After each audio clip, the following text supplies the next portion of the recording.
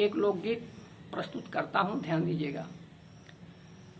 लेला कलम दुआई ते अब कराना ना खरा हो भैया, पढ़ब लिखब नाही त मिली न बाखरा हो भैया, पढ़ब लिखब नाही त मुंशी से लेखपाल मिल के तोहके दी है धोखा,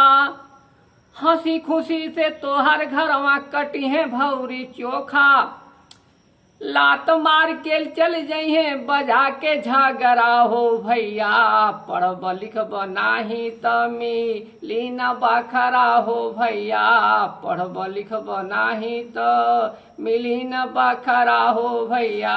पढ़ब लिखब नाही त खेती बाड़ी छोड़ के तहसीली में दौड़ब, खेती बाड़ी छोड़ के तहसीली में दौड़ब, आ लुका छिपी के खेल होई गली गली टौरब, लुका छिपी के खेल होई गली गली टौरब, केहू पूछनिहार न मिली है तुहरे टेहरा हो भैया, पढ़ब लिखब नाही त मिली न बाखरा हो भैया, पढ़ब लिखब नाही त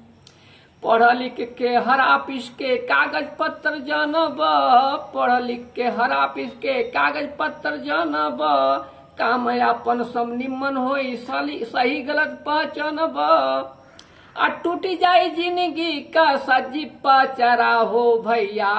पढ़ब लिखब नाही त मिली न बाखरा हो भैया,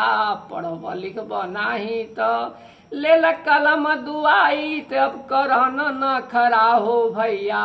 पढ़ब लिखब नाही त मिली न बाखरा हो भैया, पढ़ब लिखब नाही त। धन्यवाद।